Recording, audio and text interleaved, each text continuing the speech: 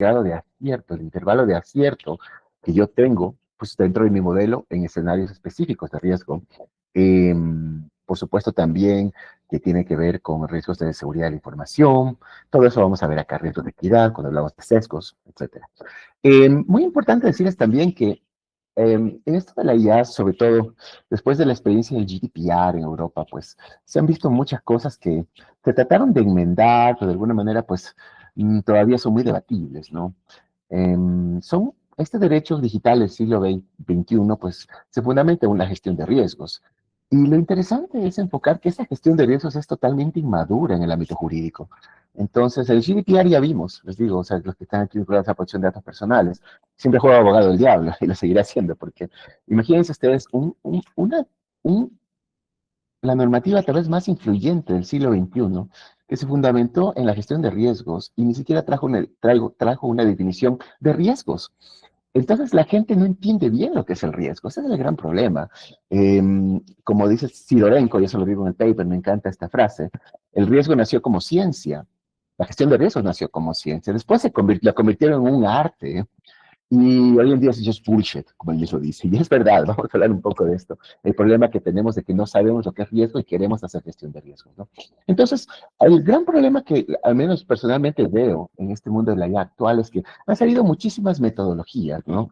Eh, Útiles de cierta manera, pero muchos criterios. Les hablo, por ejemplo, de la ISO 42001, 42005, que te digo con análisis de impacto, útil porque te da pues, un camino general, una cuestión de visión de proyecto. Hablamos del NIST EIA 101, por ejemplo, o de Judeira en la Unión Europea. Es decir, a la final, muchos, pero que te dan criterios, pero que no te llevan realmente a qué hay que hacer. Entonces, muy poco valor de implementación realmente en el fondo, si se ponen a ver, porque sobre todo, estamos viendo algo muy interesante que es los equipos de GRC, Governance Risk Compliance, o bastante gente que viene de ciencias sociales, académicos del derecho, haciendo metodologías de gestión de riesgos cuando en realidad tenemos que volver a la esencia de lo que es esto. Primeramente, el contexto de la IA es un entorno netamente cuantitativo, donde, como les digo, siempre ha estado asociado a lo que es la toma de decisiones. Y bueno, estoy hablando, obviamente, la IA no nació con ChatGPT en el 2022, obviamente, pues estamos hablando de que esto viene desde mitades del siglo XX, ¿no? Con las definiciones de la de Minsky, que me encanta, por ejemplo, ¿no? McCarthy-Minsky, justamente tratar de tener sistemas que imiten la inteligencia humana, ¿no? Entonces, a la final, llegamos a este punto actual donde yo se le veo bastante distópico, porque vemos personas de las ciencias sociales, sobre todo, poniendo reglas de hacer gestión de riesgos a personas como los científicos de datos, los ingenieros de inteligencia artificial, que siempre han estado haciendo riesgos y siempre han estado vinculados a la toma de decisiones. Entonces, por eso este gráfico que ven aquí como introducción dice mucho, ¿no? O sea, riesgo es ciencia aplicada. Necesitamos datos, métricas adecuadas, necesitamos, por supuesto, escenarios de riesgos, modelos de riesgo. Y de pronto, imagínense ustedes que te mandan para hacer conformidad a una nueva regulación, un mapita de esos de calor entre rojo y azul, que yo les llamo de qué color es mi riesgo, totalmente más bien faltos, usualmente faltos de un contenido, de cómo se hace riesgos, porque el riesgo no es lineal y el riesgo de ya mucho menos, como vamos a ver, ¿no? Entonces, en ese contexto, nada más como introducción, pues, ¿de qué se trata? Aquí pueden ver un risk management stack efectivo, ¿no? Esto viene de Jack Jones, modelos adecuados, meaningful measurements, es decir, métricas que signifiquen algo, comparaciones efectivas para lograr tomar decisiones informadas. Esa es la idea, ¿no? Y aquí en este pueden ver un poquito cómo se clasifica la inteligencia artificial, ¿no? Inteligencia artificial en general, desde la visión filosófica, dentro, machine learning, que estamos hablando, por supuesto, de todos estos modelos, ¿sí? De aprendizaje automático, que lo que nos sirven es para entrenar un sistema, justamente un sistema de información, llamémoslo así, para que, si es que es aprendizaje supervisado, tenga una respuesta, ¿sí? O si son datos no supervisados, tengo otro mecanismo, por lo general son clustering, podemos hablar de también self-supervised learning, que es lo que utilizan los famosos LLMs, ¿no? Que básicamente parte de datos no estructurados, como fotos, etcétera, ¿no es cierto? Para luego introducirlos a un entorno predictivo, lo que se llama Next Prediction Token, que es básicamente llenar esta racionalidad semántica, ¿no? En lo que son las respuestas de los chatbots, ¿no? Deep Learning como parte del Machine Learning, muy importante en los sistemas de IA actuales, ¿no es cierto? Como los LLMs, ¿sí? Y dentro de eso tenemos la inteligencia artificial generativa, ¿ok? Como tal, así es la clasificación. Aprendizaje automático, nada más como introducción, machine learning, tenemos modelos supervisados que se caracterizan por dar una respuesta, es decir, trabajar con datos etiquetados y darnos una respuesta o predicción. No supervisados, en cambio, no tiene datos etiquetados y no nos dan una respuesta. Y reinforcement learning, que es ya la experiencia práctica ya del sistema en un entorno tradicionalmente, cuando esto explotó hace algunos años, de premio-castigo, ¿no? Tenemos también la unidad Self-Supervised Learning, que por decir es lo que se utiliza más bien ya en los modelos de ya actuales, Large Language Models, Large Reasoning Models, ¿por qué no decirlo también Small Language Models, que parece que ser realmente el futuro, más que los Large Language Models, para realmente los problemas particulares que tenemos en la humanidad. Y entonces, bueno, pasando de esto, como introducción, la solución en todo esto del que vemos la inteligencia artificial es lo que se llama context engineering. Es decir, tenemos que entender que una transformación digital hacia la IA no es utilizar la nube de una big tech y poner ahí todos nuestros datos, ¿verdad? Y mucho menos de un gobierno entero, sino que nosotros necesitamos utilizar lo que tenemos allí, por ejemplo, estos modelos de IA de peso abierto y de código abierto, ¿no es cierto? Y ponerlos dentro de nuestro propio esquema donde podemos desarrollar todo, tener toda una confidencialidad de nuestros datos, darle nuestros pesos decisionales a ciertas cosas específicas, ¿no es cierto? Y allí sí podemos hablar de la inteligencia artificial útil para nuestros propósitos, ¿no? Es decir, no utilizar la inteligencia artificial hoy en día que conocemos que igual es muy primitiva todavía, y no lo digo yo, lo dice Yanni Kuhn, ¿no? Alguien que sí sigo, porque en esto, pues yo les digo, mi opinión personal, no sigo mucho influencers como Elon Musk o el Sam Altman, a la final venden humo, ¿no? Es mejor seguir a científicos, pues Jean LeCun realmente es bastante bueno y bastante certero en lo que dice, ¿no? Entonces, ¿qué les digo? Sí, les digo, porque, gracias por la carita, pero lo que les digo es la verdad, porque los unos lo que quieren es vender, los otros en realidad son científicos y académicos, ¿no? Entonces hay una gran diferencia. Entonces, ¿qué es lo que sucede aquí? Nosotros vemos esto, justamente la inteligencia artificial generativa, el prompt engineering, muy útil para el usuario final. Y también ya pues la posibilidad que tenemos, ¿no es cierto?, de hacer nuestros propios agentes inteligentes, ahí pues ustedes saben, pues, supongo que todos utilizan sus propios GPT personalizados, o el copilot de Microsoft, lo que sea. Pero básicamente, esa es la idea acá. Pero pasar a un nivel de inteligencia artificial agéntica es lo que necesitamos, ¿no? Donde ya no se trata de algo reactivo, de como Google buscar las respuestas, sino más se trata de clonar a uno mismo, ¿no? Clonar de ti mismo para que ese clon tuyo pueda desarrollar todas las tareas que necesitas de manera proactiva. Y eso es justamente a donde estamos yendo ahora, donde la inteligencia artificial generativa solo es una partecita. eh, Gracias, Daniel, por el comentario. Luego vemos eso. Entonces, con una partecita de lo que es la inteligencia artificial de contexto, donde también tenemos que hacer muchas diferencias, ¿no? Si estamos en el ámbito privado, si estamos en el sector público, tenemos que pensar todo esto y, de alguna manera, sobre todo en el sector público, pensemos en infraestructuras críticas, por ejemplo, defensa, tener una inteligencia artificial soberana, creo que es importante también, ¿no? Dentro de este contexto, bueno, los agentes inteligentes sirven para mucho. Hoy en día, pues sí, se habla de un hype de inteligencia artificial agéntica, pero en realidad yo creo que es normal estar ahorita, pues tenemos un día a día que muchas cosas cambian. Por ejemplo, estábamos utilizando ya hace 2 años los Retrieval Augmented Generation, ¿no es cierto?, para toda nuestra información confidencial, para que los prompting que hacemos vayan directamente a nuestros documentos y no al Internet, por ejemplo, utilizando APIs como Serpent, etcétera, sino que vayan a nuestros documentos y luego pase por ese LLM de peso abierto, como por ejemplo Llama o por ejemplo DeepSeek, ¿no? Para que pasen por allí y nosotros podemos tener allí ya directamente pasando por ese cerebro nuestras respuestas, nuestros sistemas, ¿no? Entonces, hay muchos tipos de inteligencia artificial agéntica, vamos a darles algunas cosas, ¿no? Eh, Importante también los modelos, otro componente. No solo es Large Language Models, de hecho el futuro, y esto les cuento que desde hace años que se habla realmente en las comunidades, ¿no?, técnicas, tecnológicas, científicas de desarrollo, en realidad el futuro parece ser más los Small Language Models, porque hay un mayor nivel de lo que viene a ser esa personalización, eh, para temas específicos, ¿no? Es muy importante. Ahorita con los LLM lo que estamos haciendo es mucho eso de fine tuning. No sé si ustedes han utilizado, por ejemplo, no sé, pues Hugging Face, bueno, es lo que se utiliza hoy en día, ya tener básicamente, por ejemplo, para cuestiones médicas, para radiografías o para mercados financieros, directamente un modelo ya pues aterrizado, ¿no? Con algunas personalizaciones. Pero en realidad los LLMs ya nacen con esa idea, ¿no? Parece ser el futuro, sobre todo con Internet de las cosas, dispositivos móviles. Y Hay una nueva categoría interesante que son los micro language models, ¿no? Ya son dispositivos más pequeños. Piensen ustedes en, no sé, por ejemplo, esas computadoras como o dispositivos como el Arduino, Raspberry Pi, o sea, cosas pues, o ya del mundo de la industria, ¿no? Componentes específicos, ¿por qué no decir juguetes incluso, ¿no? Que básicamente ya pueden interactuar directamente a nivel incluso de los dispositivos, ¿no? Esa es la idea, ¿no? Entonces, componentes Large Language Models, pueden ver aquí un ejemplo, un típico ejemplo de invocar, por ejemplo, un sistema Llama. Bueno, y la idea es justamente, estos, quienes no programen, pues sí les digo, tiene un gran valor aprender a codificarlo, por lo menos entenderlo. Aquí vemos un ejemplo de algo que se utiliza mucho hoy día, que es utilizar interfaz de aplicación, o sea, APIs, utilizando Grok, que ya tiene estos modelos pues ahí tuneados y uno puede simplemente coger e importarlos en otro propio esquema personal confidencial, ¿no?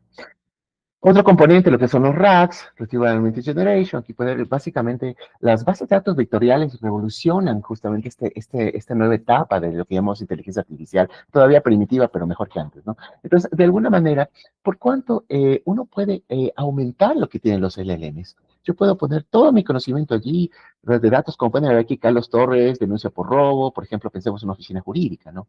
Y directamente yo tengo para que, a partir de un prompting, por ejemplo, puesto en el intranet en la oficina jurídica, yo puedo coger directamente, pasar por allí para sacar esa información confidencial que el LM no conoce, ¿no? Entonces, de alguna manera, bloquear el exterior y simplemente trabajar en un entorno que necesito que sea confidencial y soberano, ¿verdad? Muy importante trabajarlo de esa manera. Los racks son muy potentes, ¿no? Sí, no hay que subir datos a la nube, estimado Frank. Esa es la idea. Por eso se utiliza RAGs y lo que se hace es uno descargar esos LLMs de open source, open code, para tener nuestros espacios confidenciales. Jamás utilizar el API de una Vita. Yo al menos nunca lo hago. Me refiero a su cloud, pero no al API. Las API sí puedes utilizar. Es un riesgo de terceros nada más. Tú puedes coger, por ejemplo, en el ejemplo anterior yo te estaba mostrando coger un API de Llama vía Grok, por ejemplo. Entonces, puedo utilizar el cloud de Meta o puedo utilizar directamente desde mi propia nube privada o puedo utilizar desde mi propio servidor, ¿sí? Entonces, muy importante, RAC, luego tenemos las bases de datos vectoriales, que es el game changer, como les digo, Pinecone, muy conocida, por ejemplo, Chroma, se utiliza mucho en esta área, Vespa también es otra, como las motos. Entonces, básicamente aquí pueden ver el ciclo de cómo funciona, pues básicamente nosotros utilizamos en un contexto que tenemos un prompting, pero el prompting pasa por otras instancias para luego pasar por el LM. Si el LM tenemos que entender que es algo estático, no es dinámico, no es como los humanos, falta muchísimo para una verdadera inteligencia artificial general, ¿no? Entonces, ¿qué es lo que sucede? El LM es estático, se quedó en la última fecha donde básicamente lo hicieron y lo compilaron, ¿no es cierto? Lo dejaron tuneado, digamos. Entonces, ¿qué es lo que sucede? Nosotros podemos utilizar eso estático, pero no va a conocer, por ejemplo, qué pasó ayer, no va a conocer cómo está el paro nacional. Tenemos que ponerle, ¿qué es lo que utilizan los LMs estáticos? Todos, que son estáticos, lo que hacen es hacer, bueno, excepto algunos nuevos prototipos en Internet de las Cosas, pero ya luego hablo de eso. Por ejemplo, coger y mandar eso al Internet, ¿no es cierto? SERP, Totoclo, etcétera, y sacar la información actualizada. Cuando ustedes están en el prompt, van a ver que dice SERP, Search on Internet. Se fue para buscar ahí la respuesta porque no tienen el LM en la respuesta. Pero la diferencia acá es utilizar todo este mismo, estas bases de datos vectoriales que se utilizan en los propios LLMs, ¿no? Para tener nuestro propio entorno confidencial. Entonces, muy importante hacerlo. Yo personalmente utilizo mucho Chroma, les recomiendo, y lo he implementado ya en proyectos privados y también público, ¿no? En el sector público en este tiempo. Entonces, podemos ver acá, otra cosa muy importante son los intervalos de predicción. Y dentro de estos intervalos de predicción, hay varias maneras de hacerlo, ensambling techniques, modelos de bayesianos, de probabilística condicional. Lo que más ha resultado, en realidad, les puedo decir, en mi experiencia ha sido utilizar Conformal Prediction, ¿no? Eh, muy, eh, la idea principal viene de los 90 con Bock. Muchos autores lo han desarrollado, pueden encontrar mucha información al respecto, para tener un grado, justamente un intervalo de confianza en cualquier predicción, que es a lo que vamos. No es utilizar IA por utilizar, es que tengamos resultados con grados de acierto útiles. En cuanto a compliance, les decía, guías generales útiles, aquí les pongo, por ejemplo, MIR, ISO, KPI. KPI me parece la mejor, de hecho, de la Universidad de Oxford, no Luciano Floridi. Salió en 2021, pero con la anterior versión de la IA Act. Pero, o sea, digamos, el draft, no todavía la última. Pero en todo caso, nos dan una guía, proyecto, pero en realidad no nos da un valor real de implementación. Tenemos que ir mucho más lento y por eso venimos acá a esto, ¿no? No voy a entrar mucho en riesgos por cuestión de tiempo. Nada más decirles, sí, riesgo, pues cuando hablamos de riesgo, estamos hablando de la combinación de probabilidad que se produzca un perjuicio y la gravedad de hecho perjuicio, que va en dos dimensiones, ¿no? Si les interesa, puedo darles algunas investigaciones, lo que ustedes necesiten después, ¿no? Dentro de esto, pues el riesgo tiene que estar asociado totalmente a la toma de decisiones, si no, no funciona. Y Créame, los que no son de aquí técnicos, que en inteligencia artificial todo, o sea, la analítica predictiva, no hablemos de inteligencia artificial, todo se hace pensando en cómo va el modelo a funcionar y tiene que estar ligado a lo que es la toma de decisiones. De lo contrario, no es riesgo. Si ustedes tienen un esquema de riesgos que dice hagan esto, pero no reduce realmente la incertidumbre para tomar una decisión informada, es un placebo. Entonces, mejor evitarlos, ¿no? Ok, ahora a criterios, por favor, ese micrófono. A criterios de evaluación decirles que eso es la IA tiene bastantes críticas hoy en día, ¿no es cierto? Y de alguna manera optó por esta estrategia de tener criterios estáticos de riesgo, criterios de evaluación estáticos, ¿sí?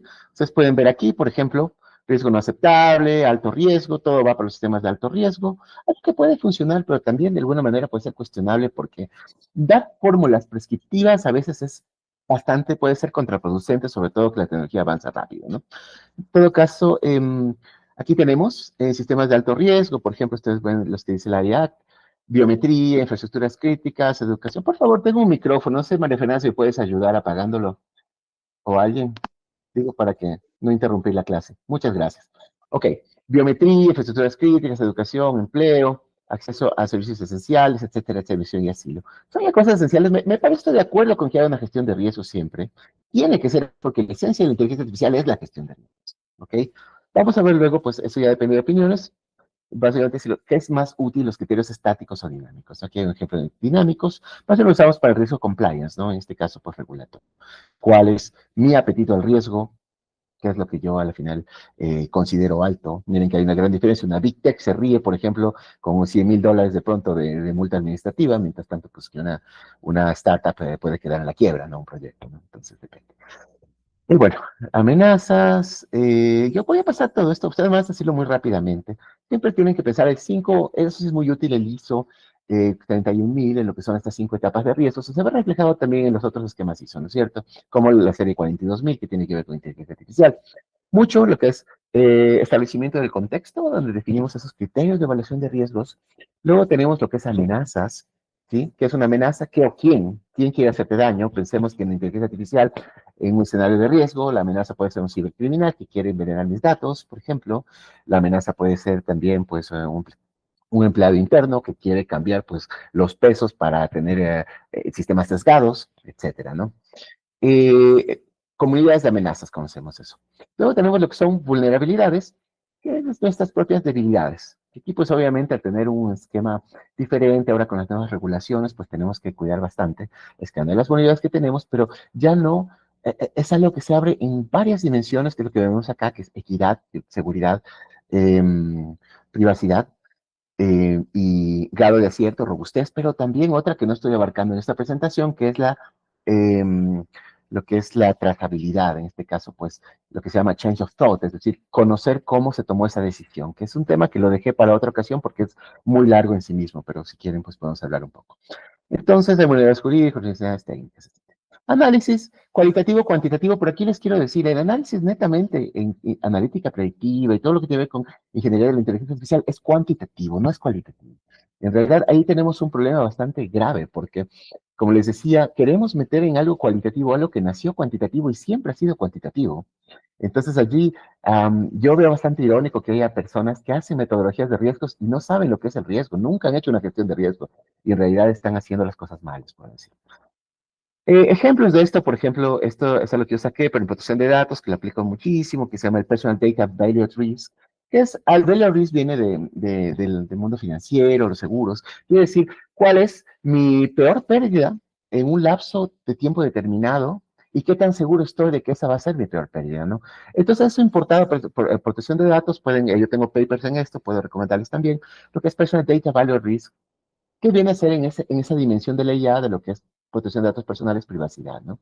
Este es un ejemplo de Artificial Intelligence Data Risk, en cambio, quiere decir, dentro del panorama que tengo de escenario de riesgo, que puede ser bidimensional, multidimensional, como les he hablado, pues básicamente, ¿en qué ya, por ejemplo, aquí estoy 95% seguro que mi peor pérdida va a estar en $81,000, 589, ¿sí? Entre el percentil 10 y el percentil 90 de una distribución de probabilidad. Suena muy difícil si nunca lo han hecho, pero básicamente les digo, esto es un análisis de Monte Carlo.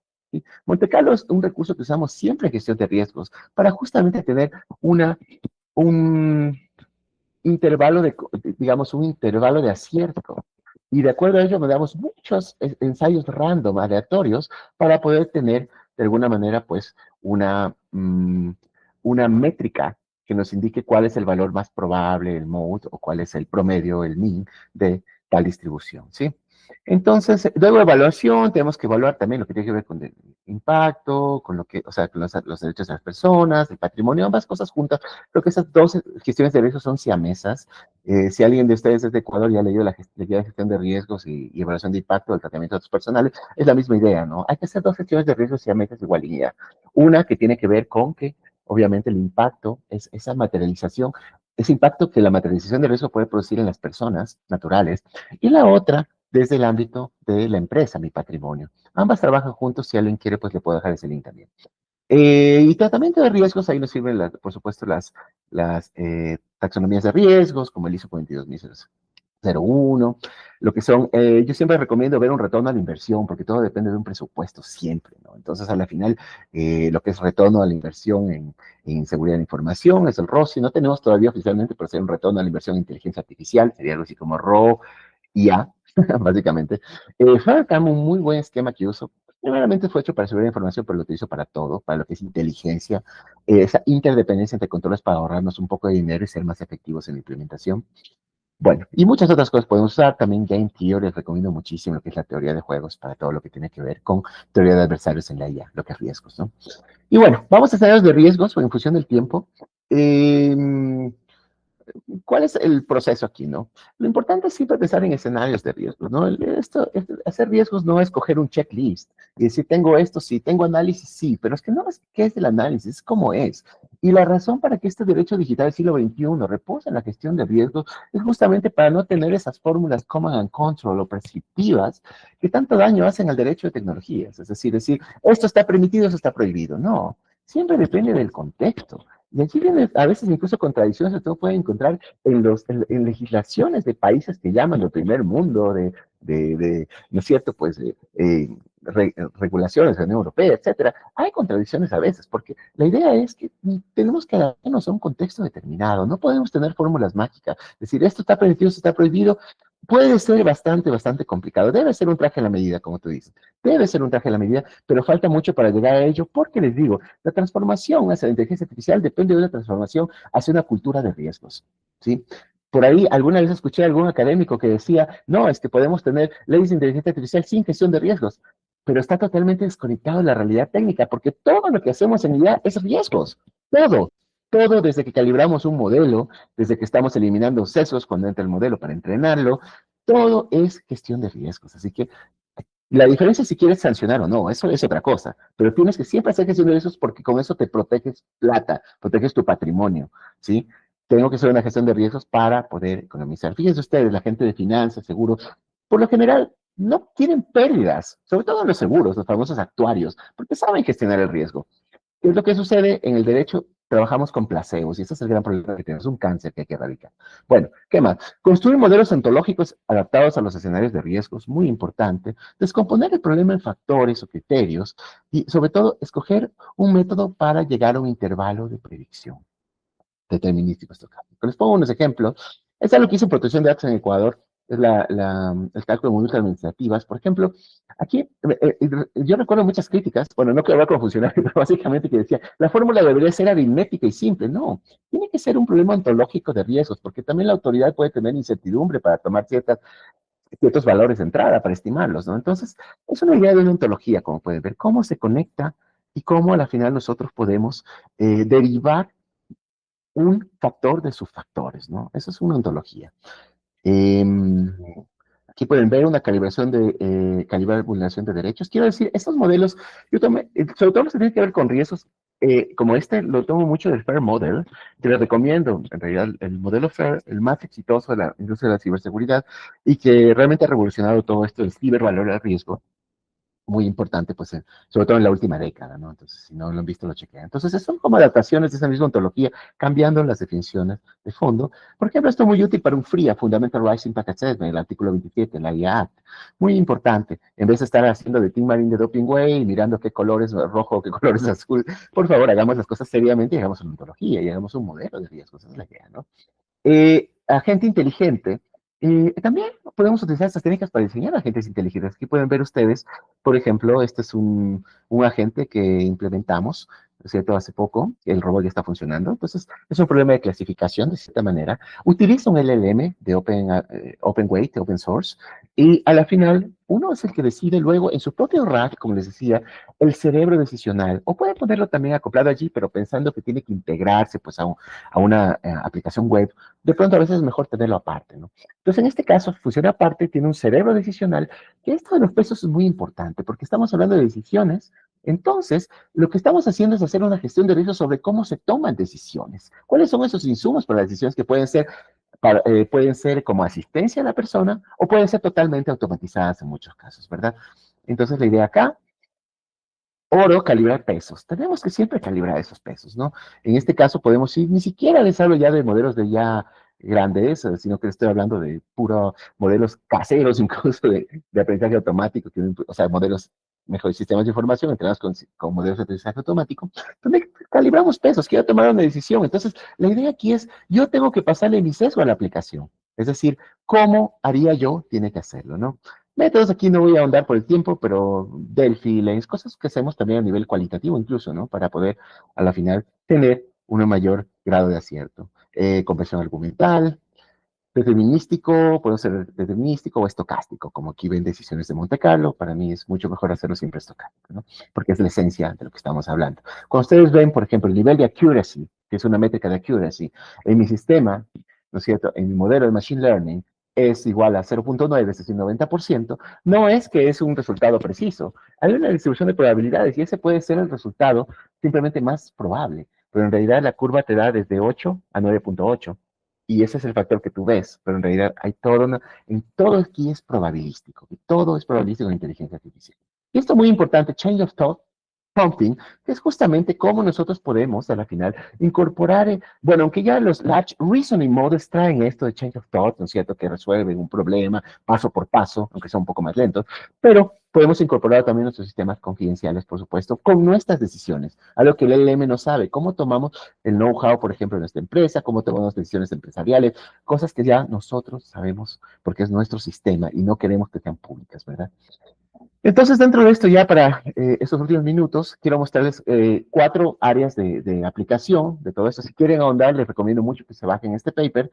Todavía no es la impresión final, es el preprint. Y cualquier cosa conversamos ya en las preguntas, que por lo general es lo más útil, ¿no? Interactuar. Pero aquí pueden ver, por ejemplo, riesgos de privacidad, de PIA. Yo trabajé mucho en esto de cuantificación de la incertidumbre y sobre todo cuantificación de la privacidad, ¿no? Entonces van a decir, sí, eso, lo primero que me topé, les cuento en todos esos años de trabajo que he hecho de investigación, es muchos catedráticos o profesionales del derecho que siempre te dicen, no, un derecho no se puede medir, es invaluable. Y siempre mi respuesta a todos fue, sí, pero ¿qué tiene que hacer un juez? ¿Qué tiene que hacer para estimar una reparación integral? ¿Qué tiene que hacer para poner una multa administrativa, una autoridad administrativa, verdad? ¿Qué se puede hacer? Entonces, son esquemas que les pueden ayudar justamente a ello, en este caso, una ontología para medir el impacto, para estimar el impacto directo en los derechos de las personas, ¿no? Compliance risk, en cambio, es el otro lado. Compliance risk es, yo le llamo el PDVAR, Personal Data Value Risk, es del lado ya de lo que es el riesgo regulatorio como tal. Es decir, ¿cuánto me cuesta esa sanción? ¿Cuánto me cuesta esa multa? ¿No? Algo que utilizamos mucho en el mundo legal tech. Yo sé que ustedes utilizan más programas ya, seguramente de programas ya hechos, pero en el fondo lo que sucede es esto. Hay todo un trabajo detrás para hacer una ontología, hacer un modelo y poner los pesos. Todo es probabilístico igual, ¿no? ¿Cómo tener datos? Nada más un par de consejos, por ejemplo, en inteligencia artificial. Muy importante utilizar, por ejemplo, el derecho, la jurimetría, es decir, el estudio cuantitativo del derecho es muy útil. Perfilar autoridades administrativas y jueces también, porque es bastante útil, les cuento. Todo lo que es no solamente utilizar plataformas, por ejemplo, Legal Tech, que lo que hacen es darte información, sino también lo que es argumentos, ¿no? Que pueden entender los argumentos y darte argumentos que son más útiles, probabilísticamente hablando, para cierto caso. Bueno, calibración de decisiones, gestión de riesgos, ¿no? Aquí tengo algunos ejemplos, por ejemplo, en la Unión Europea hasta el 2023, pues, donde sí llegué pues a un grado como alrededor, un poquito más de 80% de general de grado de acierto, ¿no? Como media, pues, en varias autoridades de protección de datos en ese caso, ¿no? Aquí algo importante, ¿no? También data as an input de esta dimensión de la privacidad. Muy importante lo que es, hay que pensar en los pros y los contras, les digo. Un pro es que si nosotros tenemos los datos, podemos pseudonimizarlos, podemos medir los atributos para llegar a ellos, ¿no es cierto? Como aquí ven, aquí tienen un set de datos normal hecho en pandas, en Python. Aquí pueden ver que solamente por la preferencia musical puedo descubrir cuál es la persona, ¿no es cierto? Pero ¿qué es lo que pasa? En muchos sistemas de inteligencia artificial no es como en la protección de datos personales, tenemos que entenderlo así. En muchos sistemas necesitas que entrenes con datos personales también, porque puedes perder luego sentido semántico, puedes perder un grado de razonabilidad. Entonces, por eso tenemos que implementar medidas de protección cuando sean aplicables. Ese es el cargo. Entonces, es bastante relativo, como les digo, la gestión de riesgos no lo resuelve. No hay fórmulas binarias. Y eso yo sé que es un shock para abogados de derecho administrativo que solo piensan en blanco y negro, pero no, este es un nuevo derecho administrativo, todo ha cambiado y hay que actualizarse, ¿no? Entonces, privacidad diferencial, es algo, por ejemplo, es una distribución desde Laplace, ¿no? Donde ustedes tienen básicamente medir qué tan lejos estoy de descubrir la identidad de alguien o no. Es en cuanto a entrenamiento, que ahí les digo, no es tan importante la IA, lo más importante viene a ser tener una licitud para tratar esos datos, aunque yo creo que, como les digo, en algunos casos se necesita incluso utilizar los datos reales tal cual para tener una personalización adecuada, por ejemplo, en medicina, en ciertas cosas así. No puedes utilizar datos que no tienen que ver con casos reales tampoco, y a veces quieres perfeccionar directamente a un paciente, ¿no? Claro que lo ideal sería poder reemplazarlos siempre todos. La mayor parte de las veces se puede pseudonimizar. Todo se puede aplicar privacidad diferencial, sacarlo, pero a veces no, y ahí corres con un valor de riesgo súper alto en caso de violaciones de datos, ¿no? Y controles estos outputs, por ejemplo, algo que estoy trabajando mucho últimamente con mi equipo, que es justamente, incluso de las respuestas de nuestro RAG, nuestro prompt y los LLMs, ponerle filtros a la salida. Ustedes han visto lo que pasó con Grok, con K, de Elon Musk, por ejemplo, con el contenido pues nazi que salió, pues etcétera, etcétera. Cualquier sesgo que puede salir allí, ustedes saben, que ya hemos visto pues con las grandes Big Tech. Entonces la idea es poner, ustedes ya depende de ustedes, si ustedes van a ser desplegadores del sistema, tienen que personalizar un poco estos sistemas, ¿no? Aquí tienen un ejemplo, por ejemplo, nosotros hacemos esas funciones de masqueo, como ven aquí la salida, Carlos Torres, Claudia Pereira, Matt Smith, por ejemplo, todos son datos sintéticos, por si acaso, es básicamente ponerles esto, como ven, técnicas justamente de masqueo para la salida, ¿no? Luego vamos a riesgos de equidad, segunda dimensión, muy importante, todo esto son métricas. Entonces, y esto sí les cuento, he estado, incluso he dado clases de invitado en la Universidad de Lille, doy clases técnicas, igual en París 2, pero por la Fundación de Derecho Continental, pero por ejemplo en Salamanca me invitaron este año, Gianluca Misurata, a su máster de equidad, es un máster de equidad de la inteligencia artificial, justo de ética de la inteligencia artificial. Y fue muy interesante porque todos ellos, gente más de ciencias sociales, trabajaba, pero nunca había aplicado una métrica ya en la práctica, ¿no? Entonces es muy interesante porque hay métricas para ver la equidad. El sesgo algorítmico no viene en el código usualmente, el sesgo algorítmico viene en los datos, porque son el reflejo de una sociedad sesgada. Entonces, esa es una forma de diseñar, por ejemplo, lo que es el ranqueo sesgado de algoritmos. Ahí les dejo, bueno, está en inglés, no en español, ¿no? Pero es un modelo de riesgos. No digo que lo copien, pueden utilizar el que ustedes gusten, pero la idea es aprender a modelar el riesgo, ¿no? Aquí pueden ver igual desde el lado de compliance, como antes, pero sobre todo esto, ¿no? Las métricas. Identificar sesgos. Por ejemplo, aquí ustedes tienen un dataset, como ven, con personas, digamos que es una aplicación para recursos humanos, para entrar a un trabajo. Y aquí tenemos género, edad, nacionalidad.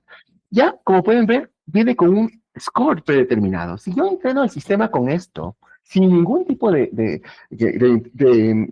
gestión de riesgos, el sistema va a estar sesgado.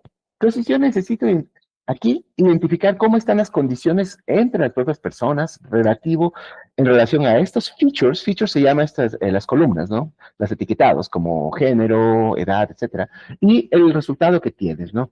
Aquí podemos identificar, por ejemplo, en este caso, pues hay un privilegio total a los americanos y no a los que no son americanos, ¿sí? En lo que es la selección, podemos ver en estos datos directamente, mientras más datos mejor, ¿no? Eso también es importante. Podemos ver en cuanto a nacionalidad, a edad también, discriminación, y eso es como básicamente nosotros hacemos ya en la práctica, ¿no? Identificar sesgos. Cuando identificamos el sesgo, luego volvemos al sistema, al modelo de riesgos, y por ejemplo, aquí por eso tengo señalado en rojo, en el nivel de vulnerabilidad detectamos el vulnerabilidad de cada uno, algo que yo he hecho bastante es con género. Entonces tú tienes género y de pronto tienes, sí, tenemos datos discriminatorios porque es una sociedad discriminatoria. No es que el programador está poniendo allí, por favor, olvídense de sancionar a los desarrolladores, si no, no avanzamos en este mundo de la IA. Eso es una aberración. Entonces, ¿qué es lo que sucede? Nosotros tenemos que coger allí, ver esos sesgos y luego podemos equiparar el modelo de riesgos, por ejemplo, determinando el grado de vulnerabilidad, digamos, de un género en Ecuador, género femenino, por ejemplo, a un 70% en lugar del 30% vulnerable que es el género masculino. Y así nosotros en nuestro modelo podemos compensar esos sesgos. Eso es lo que se llama discriminación positiva, ¿no? Muy importante en la IA. ¿Qué más? Luego tenemos lo que es riesgos de grado de acierto y robustez. Aunque no son exactamente lo mismo, voy a tratarlas como lo mismo. Todas las métricas se tienen que ver con esto de cómo funciona el diseño. Ustedes pueden ver en el ámbito de privacidad, quien les sancionaría sería, pues, sanciona por protección de datos personales. En el ámbito de la equidad, habría que ver, por ejemplo, en Latinoamérica, no, ¿quién tiene esto? Me parece que nadie está sancionando equidad todavía. Disculpe si me equivoco, tal vez Chile, me parece que escuché algo por ahí, no estoy muy seguro. Pero en Europa sí, por ejemplo, ya está sancionado. Entonces se sanciona cuando hay una discriminación algorítmica, que implica más bien sesgos de datos, sistemas entrenados de esa manera, y que no han sido reparados por no hacer una gestión de riesgos, justamente porque la gestión de riesgos sirve para reparar eso. Entonces, sancionables por esa normativa, todavía no acá. Pero en cambio acá hablamos más bien de algo que tiene que ver con derechos del consumidor, porque el grado de acierto es que también funciona el sistema. Yo estaba en una reunión en la asamblea, en estas de la IAAT. Ustedes saben que en Ecuador, los que son de Ecuador, había algunas reuniones de estas, hubo pues en los meses anteriores, igual supongo que se va a archivar el proyecto, no sé por qué no se vio nada, pero en todo caso, recuerdo que un asambleísta justo decía, denme un ejemplo, ¿por qué el riesgo es importante en la IA en este sentido? Y decía, bueno, imagínese usted que se compra un sistema inteligente, un agente inteligente robot, que es un marido inteligente, pero le venden como inteligente, pero salió súper bruto. Disculpa que se tenga este gráfico. Entonces allí entendió, claro, pues es un problema de derecho al consumidor. ¿Qué tan acertado está esto? ¿Qué tan claro de acierto tenemos? Esto se trabaja directamente en los modelos, ¿no? Y claro, hay riesgo de terceros. Nosotros no podemos responder por lo que ya hizo OpenAI, por lo que ya hizo Meta, por lo que hizo Anthropic. No podemos responder por esas Big Tech. Pero sí podemos responder cómo nosotros las implementamos en nuestro entorno. Entonces, eso sí es cuestión nuestra. Tenemos que siempre personalizar y meter código extra. Esa es la diferencia, ¿no? Entonces, aquí pueden ver cálculo de sanción, por ejemplo, cómo utilizamos un modelo de linear regression. Bueno, en este caso hay solo 3 del testeo. Creo que el ejemplo salió corto. Pero básicamente, imagínense ustedes, un mal cálculo puede hacer que yo pierda dinero, por supuesto. Imagínense este caso aplicado a no solamente lo que es compliance, sino lo que es directamente mercados financieros. Yo le doy a un broker y el broker a la final, pues no sabe utilizar, no sabe calibrar pesos, no sabe utilizar machine learning, solamente coge y utiliza un LLM. Obviamente, pues es negligente. Sabe totalmente sobre negligencia. Si yo me vendo como broker, tengo que saber todo esto. Si no, no me vendería como broker hoy en día, ¿verdad? O al menos no, como, no dejaría un robo advisor, un broker de inteligencia artificial trabajando por mí. ¿Qué tienen acá? Probabilidad de tener cáncer, por ejemplo, es un problema de clasificación, en cambio. ¿Cuál es la diferencia? Regresión siempre tiene que ver con cantidades continuas, o sea, constantes, lo que a muchos no les gustaba en el colegio, lo que era el cálculo integral, ¿verdad? Y derivada. No, acá en cambio son problemas discretos en clasificación que o de alguna manera pueden combinarse. Bueno, para no hacerle complicado, tengo que tomar una decisión, sí o no, por ejemplo. Esa es clasificación. O qué tipo de especie es, si me encuentro un nuevo insecto o alguna cosa así, ¿verdad? O qué tipo, qué es más probable, qué tipo de fútbol te gusta viendo los datos que dejas en redes sociales. Entonces, miren acá, tenemos igual una probabilidad de tener cáncer. No, todo es hecho por mí mismo, así que no se preocupen, no hay copyright. Y son ejemplos muy sencillitos para entenderlo nada más. Tienen ustedes edad, genética, hábito, cáncer. Algo que me encanta, por ejemplo, de los actuarios, que me cae muy bien, tengo muchos amigos actuarios, es que ellos con ustedes van a coger un seguro justamente de vida, tienen que analizar factores externos e internos, ¿sí? Y la famosa esta fórmula de la supervivencia, o de cómo sobrevivir, ¿qué probabilidad tengo de sobrevivir el próximo año o el próximo año para ver cuánto te cobro? Eso es lo que tenemos que aplicar también en inteligencia artificial, en este ámbito de derechos del consumidor. Por supuesto que sí, porque es un problema al final de plata, queramos o no. Claro, puede tener un impacto en lesiones, cosas, hablamos de una refrigeradora inteligente que camina, pueden hacer cosas así, pero al final todo se traduce en dinero, queramos o no, ¿no? Entonces es muy importante ver esto. Si yo tengo un problema de clasificación, ¿cómo calibrar mi grado de aceptación al riesgo en ese problema? Y sobre todo aquí, porque el impacto también está en los derechos de las personas, en ese sentido, no solamente de consumir. Imagínense ustedes lo que es que yo te diga que vas a tener cáncer y realmente calibre mal mi sistema. Es gravísimo, ¿verdad? Puede hacer que digas, no, o sea, ya como estoy enfermo, mejor ya se acabó todo, me voy y me lanzo de una cascada. No, pues imagínense ustedes lo que puede pasar. Es algo muy grave, sobre todo en el tema de este médico, ¿no? Entonces, la idea es esta. Métricas para utilizar aquí, por ejemplo, clasificación. Ah, perdón, me olvidé. En el caso anterior utilicé aquí mean absolute error, utilicé root mean square error, perdón. Sí, como métrica, todo está impreso ahí. Acá, por ejemplo, podemos ver las probabilidades de cada uno de los individuos de tener cáncer de acuerdo a cómo yo he calibrado el sistema. Y pongo un threshold que se llama, por ejemplo, de decision threshold de 0.5 para ver quiénes tienen más probabilidad, deben cuidarse y quiénes no, no. Claro que es un poco arbitrario, pero bueno. En todo caso, métricas como accuracy es realmente una métrica, ¿no? Mal traducida al español como precisión, no es precisión, no existe, accuracy no existe en el español, ¿no? Tenemos muchos problemas en este ámbito de riesgos de traducción al español. Otra palabra que todos traducen mal es assessment. Assessment no es evaluación, assessment es identificación, análisis y evaluación. Pero bueno, por decirles, aquí el problema es que accuracy no hay, eso y me acuerdo en los comités de INE en Ecuador justo peleando por esto, porque accuracy no es precisión.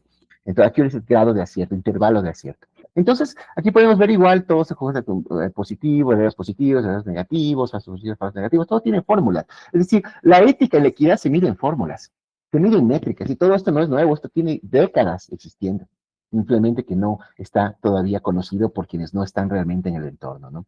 Métricas de tener cáncer, recall, otra, todas tienen su forma, como ven allí, no voy a ahondar en eso, ¿no? Pero básicamente es muy importante hacer esto para poder incluso analizar si a la final, analizar la equidad, por supuesto, no, y bueno, en este caso más que la equidad sería el grado de acierto que tengo, ¿no? Y la robustez que tiene mi sistema.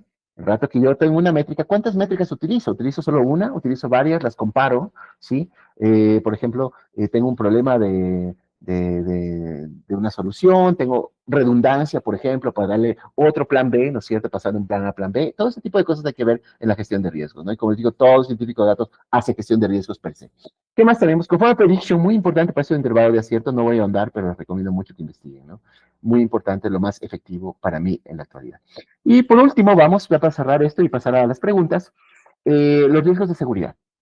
Muy importante, yo creo que es un gran avance este OWASP Top 10 LLM, que ya está varios años en el mercado. OWASP, que es Open Web Application Security Project, muy importante por cuanto pues, tiene todas estas guías que se implementan luego en el software, etcétera. Aquí vemos los riesgos principales de seguridad, y como prompt injection, insecure open handling, training data poisoning, ese te voy a utilizar ahorita, training data poisoning, o sea, envenenamiento de datos, entrenar datos para que salgan, obviamente, cosas que no son, o más bien, podemos considerarlo alucinación, pero no necesariamente porque está respondiendo a lo que los datos se entrenó mal. Eso es lo que puede pasar aquí. Y muchos otros que les recomiendo que lo vean, ¿no? Aquí hay un modelo, una idea de cómo modelar, y sobre todo esto es interesante, lo estoy probando, yo les digo, mi propio trabajo todavía, no es algo que está disponible a nivel mundial ni nada, pero le veo muy interesante porque la idea es que a partir de el modelar problemas de seguridad de la información, como ven aquí, ciberseguridad, más como que tiene que ver con el ciberespacio, que podemos adjuntar las otras dimensiones del riesgo según un solo modelo. Y esto yo he visto con muchos buenos resultados. No siempre se puede, pero en este caso ustedes pueden ver que se trata de un escenario de riesgo de ciberseguridad, data poisoning, seguridad de la información. Es decir, que me envenenen los datos de entrenamiento, por ejemplo, la amenaza puede ser un insider, un empleado, puede ser un cibercriminal, etcétera, pero que pase desapercibido ese envenenamiento y produzca una discriminación, es decir, algoritmos que están sesgados para ranqueo de lo que sea. Entonces, es muy interesante, yo aquí lo que soluciona, o sea, mi solución ha sido siempre pensar, claro, si no entienden el modelo FAIR va a ser difícil explicarles, pero en todo caso, incorporar, siempre es esta lógica que yo tengo de AI, value at risk, o sea, el valor de eso de inteligencia artificial o de datos personales, todo como que yo no puedo a la final entender, calibrar directamente cuál es la violación de derechos que ustedes tienen, cuál es ese grado, pero sí puedo estudiar para ver quiénes tienen esa competencia, o sea, las autoridades administrativas o los jueces, cómo ellos están cuantificando esas violaciones de derechos. Y esa es mi teoría de Personal Data Value que pues, se ha pegado, les cuento, o sea, hay mucha gente que está usando esto en el mundo. Entonces es interesante porque cambiamos la lógica. No es que yo estoy haciendo de ti Marine de Doping Way, yo quiero saber cómo la autoridad decide sobre ti. El gran problema que tiene el sistema, también hay que decirlo, pues, es que cuando tienes autoridades ineficaces, autoridades que no están entrenadas en riesgos, que no entienden bien, puedes tener sistemas injustos. Y eso puede pasar también. Para el compliance funciona, para el otro lado, más o menos. En todo caso, pueden ver aquí resistance strength, aquí yo, por ejemplo, pongo el input de lo que es accuracy, es decir, y robustez. Lo que tiene que ver con equidad, va más bien al lado de secondary loss, es decir, ya directamente cuánto sanciona la autoridad por la equidad, a lo que no veremos todavía en el esquema de inteligencia artificial por algunos años hasta que haya sanciones. Y en el ámbito de privacidad lo mismo. Pero ahora el ámbito de privacidad, pues como que está bien marcado en protección de datos personales, de pronto hay que hacer otro esquema, ¿no? No el mismo, sino un DPIA, ¿no? Desde Position Impact Assessment para sacar eso y pasar al riesgo compliance que también se puede hacerlo a nivel cuantitativo, yo al menos lo hago siempre. Y bueno, ¿qué más para ir terminando? Resultados, podemos tener resultados determinísticos, estocásticos, depende de cada uno y eso. Aquí otro extremo de ciberseguridad. Y una recomendación siempre, pues yo estoy justo ahorita trabajando muchísimo estos últimos meses en lo que es Game Theory, en la inteligencia artificial agéntica, porque me he dado cuenta que la mayor fuente de riesgos realmente para las personas naturales de a pie, como decimos, no es un agente inteligente y su interacción en particular, ni un chatbot, aunque claro, vemos cosas de suicidios inducidos, cosas así que pues salen en media, sino que realmente la fuente de riesgos va a ser la interacción entre agentes inteligentes. Entonces necesitamos códigos allí para que puedan actuar de una manera beneficiosa a los humanos, ¿no? Eso, nada más. Muchas gracias. Creo que estuve justo en el tiempo. Y aquí está mi correo electrónico, correos académicos, también mi LinkedIn. Si gustan, con mucho gusto podemos interactuar. De hecho, así nos conectamos con María Fernanda. Un gran gusto conocerte, María Fernanda, por ese medio. Y otro, o el paper de esta exposición, si quieren ir a detalles, descarguense este paper. Está en preprint, pero tiene todo esto allí, pero mucho mejor explicado, pues está en ArcSys, ¿no? Pueden descargarse directamente. Y eso es todo. Muchísimas gracias. Y si hay preguntas, pues adelante. Muchísimas gracias, Luis. Ha sido realmente súper enriquecedor todo lo que nos ha podido compartir y sí, pues de seguro tenemos aquí preguntas del público. Así es que, Frank, que creo que nos acompaña desde Argentina, muchas gracias por estar nuevamente, Frank, y por ser miembro activo de la comunidad. Adelante con tu pregunta. Gracias, María, por darme la oportunidad de poder. En realidad, más que no una pregunta, era agradecer a Luis porque me gustó mucho la respuesta que me diste. Yo no sabía eso porque siempre es mi riesgo al ser estudiante y estoy inmiscuido, estoy investigando este tema de inteligencia artificial. A mí ese tema de los datos sensibles, de subir datos sensibles a la inteligencia artificial, siempre me da un poquito de, vamos a decirlo, como decimos en Argentina, un poquito de cagazo.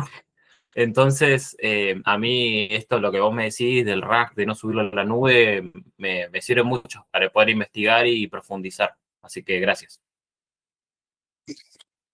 Con mucho gusto, en realidad es la diferencia. Si eres usuario, está bien, pero igual ten cuidado. Tú has visto todas las conversaciones psicológicas que ahora encontramos en los buscadores, todo, hay que tener cuidado. Imagínate el know-how de una empresa. Entonces, los LLM son muy poderosos, aunque no son el futuro, según Jan LeCun. De hecho, dije ya, no más LLMs, yo ya no investigo en eso. Ahora estamos cambiando un poco el paradigma, pero sí, en un entorno realmente confidencial sí que son útiles.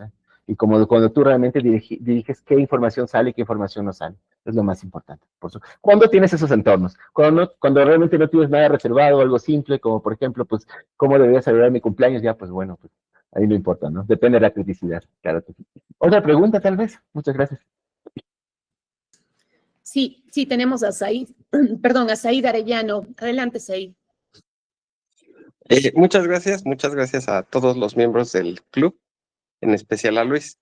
Yo quisiera conocer tu opinión respecto a, una vez que conocemos esta gestión del riesgo, que nos damos a la tarea de investigar, como gobiernos o como entidades que van a estar pues encargadas de dar forma a esa gestión de riesgos a través de códigos o a través de leyes o a través de quizás una especie de gobernanza, ¿no? Entre la comunidad académica, el gobierno y la sociedad. ¿Cómo podemos tomar el enfoque? Es decir, yo veo que Estados Unidos, y nos lo han dicho en sesiones anteriores, tienen una filosofía de evaluar el riesgo a través de características técnicas. O sea, definen muy bien lo que es inteligencia artificial, sus diferentes partes. Lo hacen a través de agencias, ¿no? Más que de leyes. Y cuando hay un problema, es decir, cuando surge una catástrofe, como estos suicidios, como algunas calificaciones que han afectado a grandes grupos de consumidores, lo que se trata de hacer es una compensación a posteriori, es decir, a través de una demanda, a través de la demanda civil del pago de riesgos, conocida como el sistema del tort. Y entonces ya incluso, por ejemplo, hace poco los autores pudieron llegar a una compensación con Anthropic bastante cuantiosa por el uso de sus datos para entrenar modelos. Es decir, es una filosofía, llamémosle a posteriori. Una vez que sucede la catástrofe, después se arreglan los interesados. Y en la Unión Europea tienen una gestión del riesgo a priori, es decir, vamos a prevenir, vamos a establecer reglas y vamos a tratar de que no sucedan estas catástrofes. Ahora, en Latinoamérica todavía no está bien definido qué postura vamos a tener. Claro que nuestro sistema jurídico es más cercano al de la Unión Europea, tenemos más históricamente esa tradición.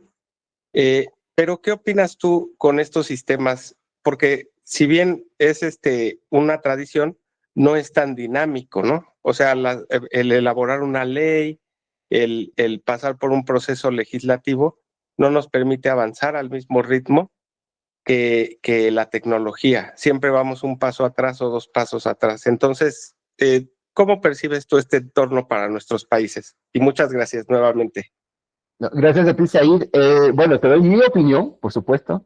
En realidad, toda gestión de riesgos es a priori. Toda gestión de riesgos es proactiva, no es reactiva. Entonces, en este contexto, lo que depende es, ¿estás haciendo esto para lo que viene de la protección de tus activos, de tus beneficios, o también el entorno regulatorio que es para la protección de las personas naturales, de los derechos fundamentales de las personas naturales, como lo dice la AIAC? Entonces, ahí viene más el esquema, pero toda gestión de riesgos es proactivo. Y eso te comento que yo recuerdo muy bien en alguna de estas reuniones legislativas de un colega que justamente decía esto: no, una ley no debe tener gestión de riesgos. Pero es que la inteligencia artificial tiene gestión de riesgos per se, eso solamente es no conocer el tema, porque todo lo que hacemos en analítica predictiva y inteligencia artificial es para tomar decisiones, todo es riesgos. Entonces, depende simplemente si se sanciona o no se sanciona, eso es otro tema, pero tienes que hacer una gestión de riesgos, si no es porque te lo obliga la ley, tienes que hacerlo por ti mismo, porque si no es un despelote, tienes que hacerlo. Así no haya sanciones, no importa. Yo lo hago para proteger mi productividad, para evitar estas pérdidas de reemplazo de activos, para evitar pérdida de reputación, etcétera. Entonces tenemos que entender eso. El riesgo es proactivo y el riesgo está allí. Haya o no haya sanciones, haya o no haya leyes, todo el mundo, todas las empresas que realizan ya analítica predictiva han hecho gestión de riesgos desde siempre. Todas estas big tech las hacen también. El asunto es que se preocupan, proteger mis ganancias nada más o también proteger el impacto en las personas. Esa es la única diferencia que tenemos acá, ¿no? Entonces, en ese contexto, lo que tú dices es muy interesante. Te digo que el asunto es que si nosotros vamos a un esquema autorregulatorio que la big tech en general quiere, ¿no? Un esquema de autorregulación, por eso sí, códigos de ética altos. Ahí tiene el punto. Entonces, ¿qué es lo que sucede? Ok, si es una autorregulación responsable, etcétera, si le das valor también pues a los derechos de las personas que están detrás de esas decisiones, por supuesto que sí. Ahora, no es tampoco una garantía. ¿Qué sucede en el otro lado cuando tú tienes una regulación command and control, es decir, prescriptiva, que te dice todo lo que tienes que hacer, todo está prohibido, está prohibido, está prohibido? Como por ejemplo, una norma que trae la AIAC es que trae usos prohibidos de la AIAC, como ustedes saben, con mensajes subliminales, algunas cosas, ¿no es cierto? Entonces, ¿qué sucede cuando ya pones algo prohibido? Ya es command and control. Y allí viene el asunto, de pronto se te puede ir escenarios donde sí necesitas utilizar este tipo de tecnología, pero como está prohibido ya no puedes. Entonces, ahí también puede estar fuera de balance, puede quedar obsoleto. La solución es tener un enfoque en la mitad, y eso lo que es un enfoque metaregulatorio. ¿Qué es una metaregulación? Que el regulador vigila la autorregulación del regulado. Esa es la idea. Pero si esto funciona solamente si la autoridad también se enfoca en un sistema de riesgos para controlar y, si es el caso, para sancionar. Ahora, en ese contexto, el asunto es que es tan complicado el tema porque yo te puedo decir mi propia experiencia, estando en una asamblea ahí con legisladores, nadie conoce del tema. Lo que saben es usar ChatGPT nada más. ¿Y cómo puede ser que ellos hagan una norma de IA? No está bien. Se les va muchas cosas. Entonces, lo que necesitamos es más gente técnica aquí que justamente aporte desde otros ámbitos. Podemos hacer, por ejemplo, te digo, a lo que yo pienso, si no vamos por sanciones, igual hay sanciones. Y eso la gente no entiende. Miren, por ejemplo, por protección de datos personales, es decir, en el Ecuador, en el Brasil, en la Argentina, en el Perú, tú tienes ya sanciones por protección de datos personales que implica la inteligencia artificial, quieras o no. No necesitas volver a poner más sanciones, ya está en otro código, ¿verdad? Si tú hablas de derechos de consumidor, igual, ya está en otro código. Entonces, lo que tú dices del short y básicamente esa visión reactiva, lo que da de superjuicios, ya tenemos en todos los países también. Ya está. Lo que no hay es algo más de alguna manera reactivo y que de pronto se puede ir por institucional, lo que es una acción de protección o acción de amparo en otros lugares, ¿no es cierto? Por allí puede ser, pero ya está. Entonces, donde yo le veo más peligro es que, por decirlo, yo sí creo que la IA no debe ser hiperregulada, debe dejarle aire porque está evolucionando, estamos cambiando mes a mes todas las condiciones, la tecnología, entonces debe ser bastante inteligente. Y para hacerla bastante inteligente, yo creo que primero estamos un mejor elemento de discusión. Y allí yo veo un gran problema porque en general el promedio de gente que va a esta discusión, y discúlpame, yo respeto mucho a mis colegas abogados, pero muchos son abogados y no digitales. Es decir, gente que no entiende realmente lo que va a defender, no entiende cómo funciona. Y si te hablo del grado, yo creo que también en general, me acuerdo siempre de Gabriel Evestri, un gran amigo ahí que dirige el OSPI ahí en España, Observatorio de Inteligencia Artificial para el Sector Público, que justo nos decía, eh, 2 años he estado capacitando al sector público sobre sesgos algorítmicos, sobre inteligencia artificial, sobre ética, equidad, y nunca ha venido una persona de alto rango, nunca ha venido un funcionario, un jefe, nunca ha venido un político. Y allí viene el problema. Yo veo una brecha digital tan grande porque los políticos están sumidos en la ignorancia total en estos temas. Mientras tanto, la gente que estudia, la gente que trabaja no tiene ese poder decisional. Allí viene un gran problema que tenemos para las regulaciones de IA. Necesitamos de alguna manera cambiar eso y que en estas discusiones haya mucha gente más técnica sobre todo. Eso es lo que falta muchísimo, te digo. Y el approach que tomamos, ya te digo, yo no estoy mucho por sancionar, te digo honestamente, no voy por ahí, porque creo que hay que dejarle fluir a la tecnología y sobre todo creo que incluso, te digo, hay usos que sí merecen ser totalmente automatizados. Por ejemplo, estás en un aeropuerto, siempre pongo este ejemplo, y tienes un sistema de guía de asistencia que te dice a qué gate tienes que ir en un aeropuerto gigante. Imagínate que una persona tenga derecho a oponerse a eso. Vas a afectar los derechos de todos los demás que van a llegar tarde. Eso te quiero decir, o sea, hay cosas que tenemos que ir evolucionando, también la normativa debe ir evolucionando. Entonces, como reto, tenemos que alinear la protección de datos personales con la IA, ¿sí? De una manera objetiva.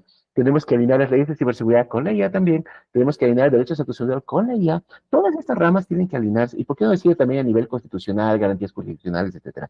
Yo creo que aquí el asunto es que lo que deberíamos como región latinoamericana de tratar en estas nuevas regulaciones de IA es en fomentar la industria latinoamericana. Tenemos que hacer eso. ¿Qué trae de beneficio una ley de fomento si no beneficia a la industria nacional o a la industria regional? Allí viene el punto. Tengo amigos que trabajan para empresas pues, que están en otros países y les contratan de otras empresas a esas empresas y ellos mismos trabajan como trabajadores para ellos. Es decir, se llevan 10 veces más el costo que deberían hacer y no queda el know-how en el país. Y los cerebros que tenemos en Latinoamérica trabajan para empresas de otros países a la final, ¿verdad? ¿Cómo fomentamos para que ese know-how se quede acá, para desarrollar ese know-how acá? Tenemos todo. Tenemos de open source, ahora ya tenemos las plataformas para hacer nuestros propios language models.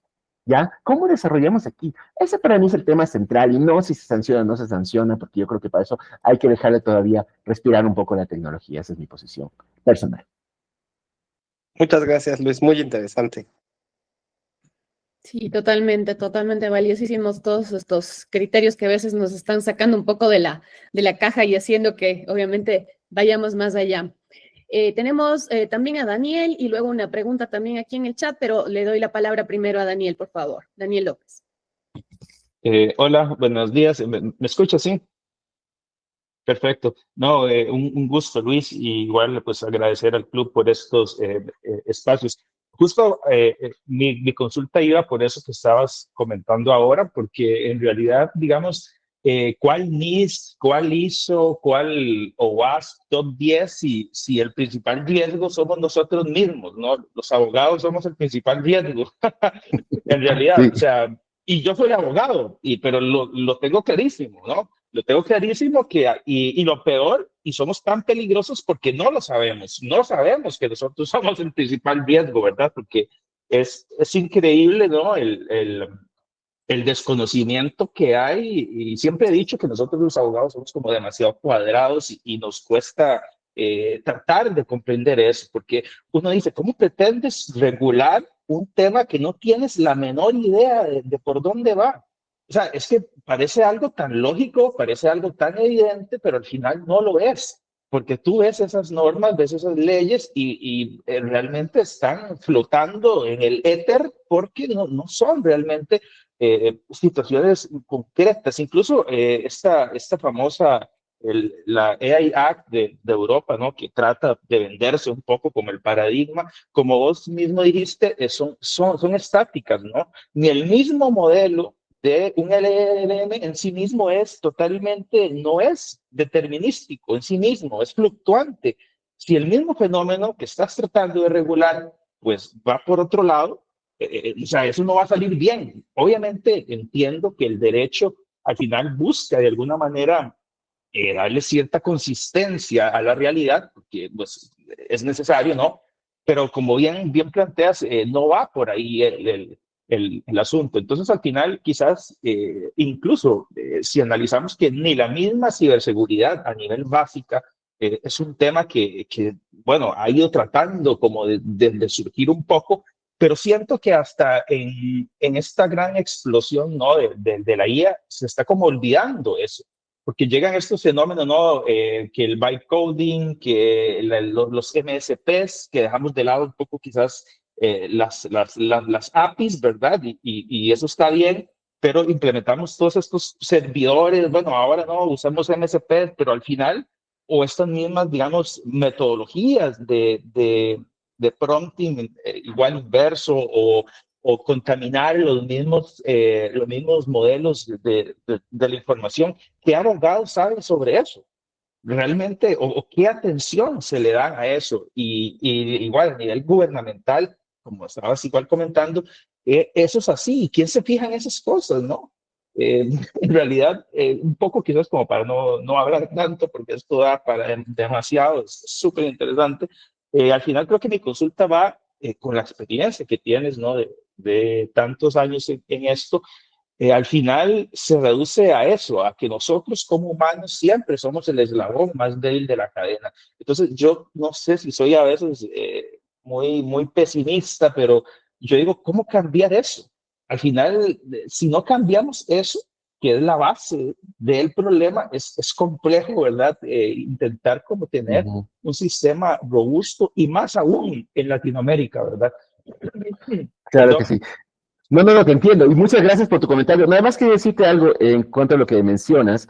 En cuanto a que los abogados son la amenaza, o sea, no necesariamente, o sea, porque si yo simplemente lo puse como ejemplo, pero sí podemos ver que usualmente la gente de ciencias sociales, sociólogos, politólogos y abogados son los que están en las líneas de poder en la política, mayormente economistas, por ahí también algunos que son más técnicos por esencia, pero no necesariamente. Entonces yo sí creo que debe haber más diversidad, eso es todo, ¿no? Y en cuanto a las sanciones, sí, yo no estoy en contra de las sanciones, creo que debe haber sanciones también, pero sí tenemos que respirar bien y estudiar muy bien cómo serían esas sanciones. Creo que todavía estamos estudiando eso, ¿no? Y como les decía, ya hay sanciones en otros programas.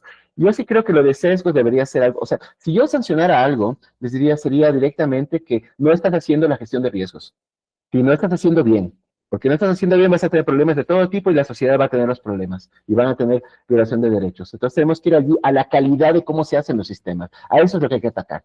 Y esto sí no es un problema porque está focalizado en quiero decirlo, no en es el producto como tal. ¿Ok?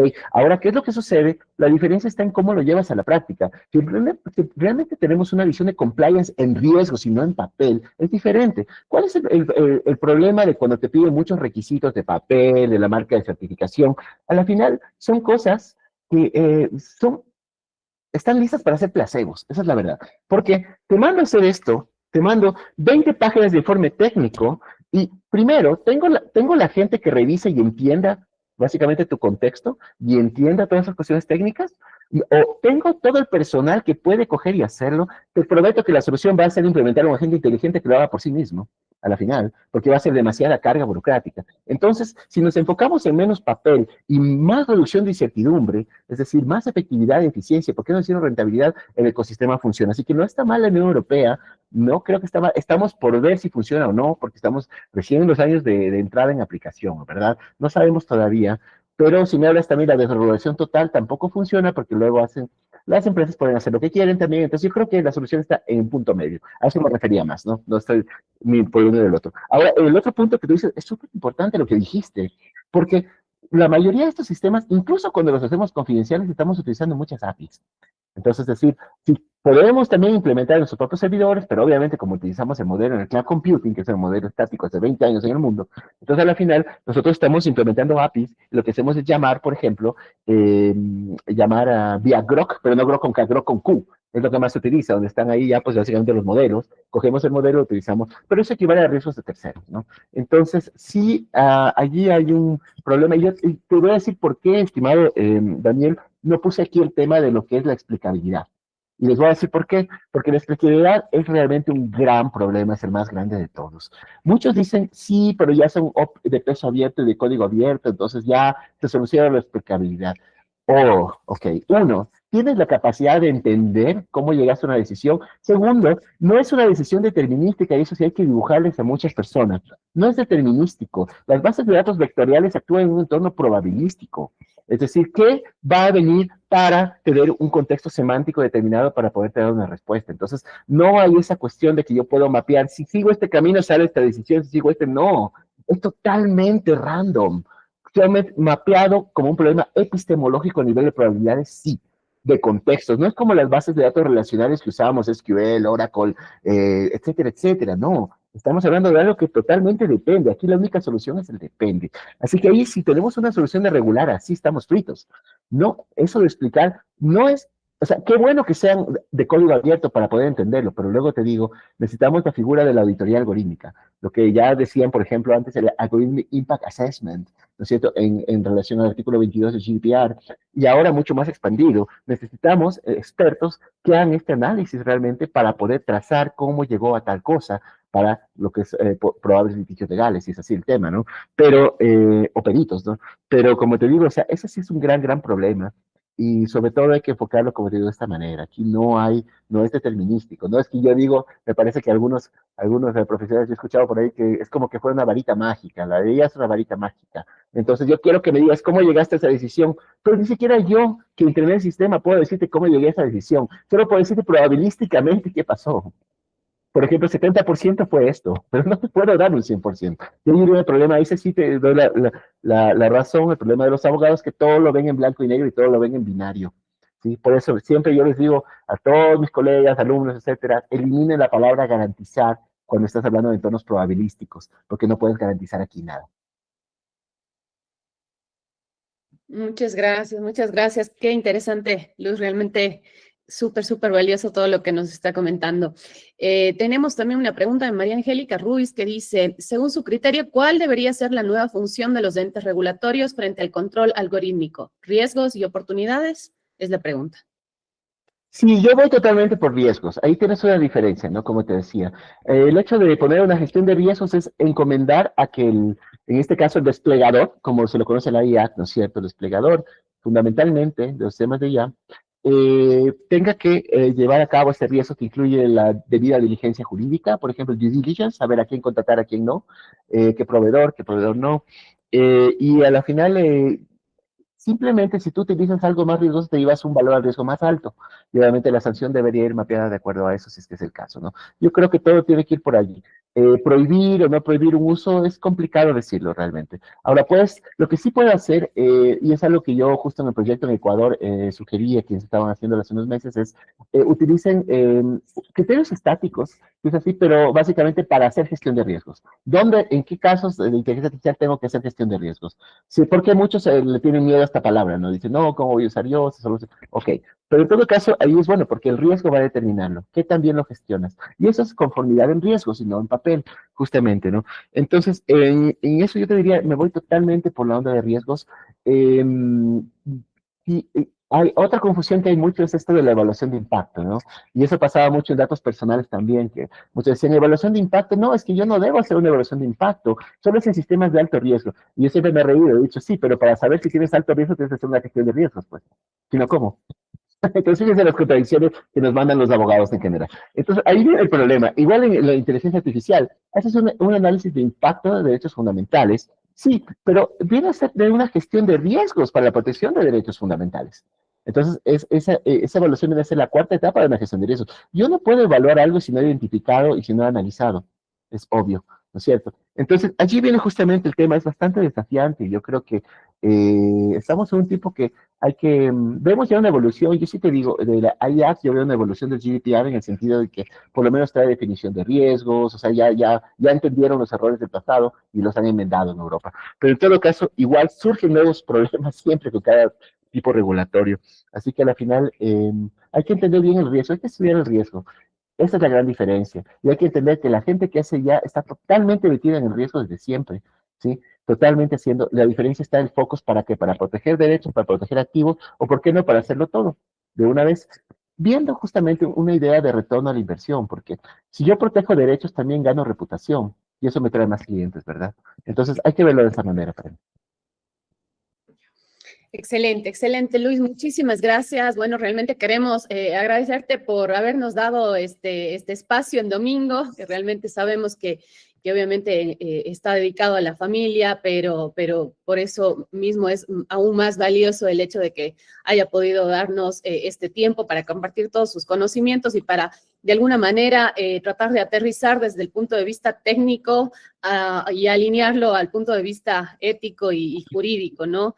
Realmente nos quedan muchas interrogantes más y más bien ya desde ya le invitamos a que nos pueda acompañar en otros espacios porque quedan muchísimos temas todavía por seguir debatiendo y justamente apoyándonos para que podamos seguir creciendo en esta comunidad y eliminando esta brecha que justamente es lo que se ha mencionado, ¿no? en este conversatorio.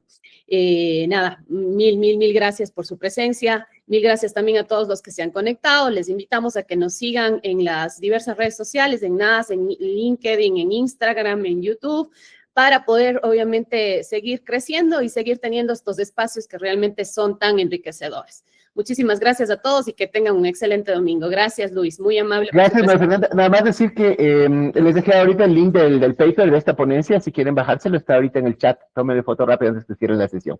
Gracias. No, por supuesto, vamos a compartirle también en el chat de la comunidad que tenemos ahí unos grupos y obviamente también en las redes, pues, ¿no? Y sí, como le digo, pues desde ya comprometiéndole a que tengamos otro espacio de estos que realmente ha sido súper enriquecedor. Muchísimas gracias. Buen domingo a todos, un gustazo, chao. Igual, chao, chao.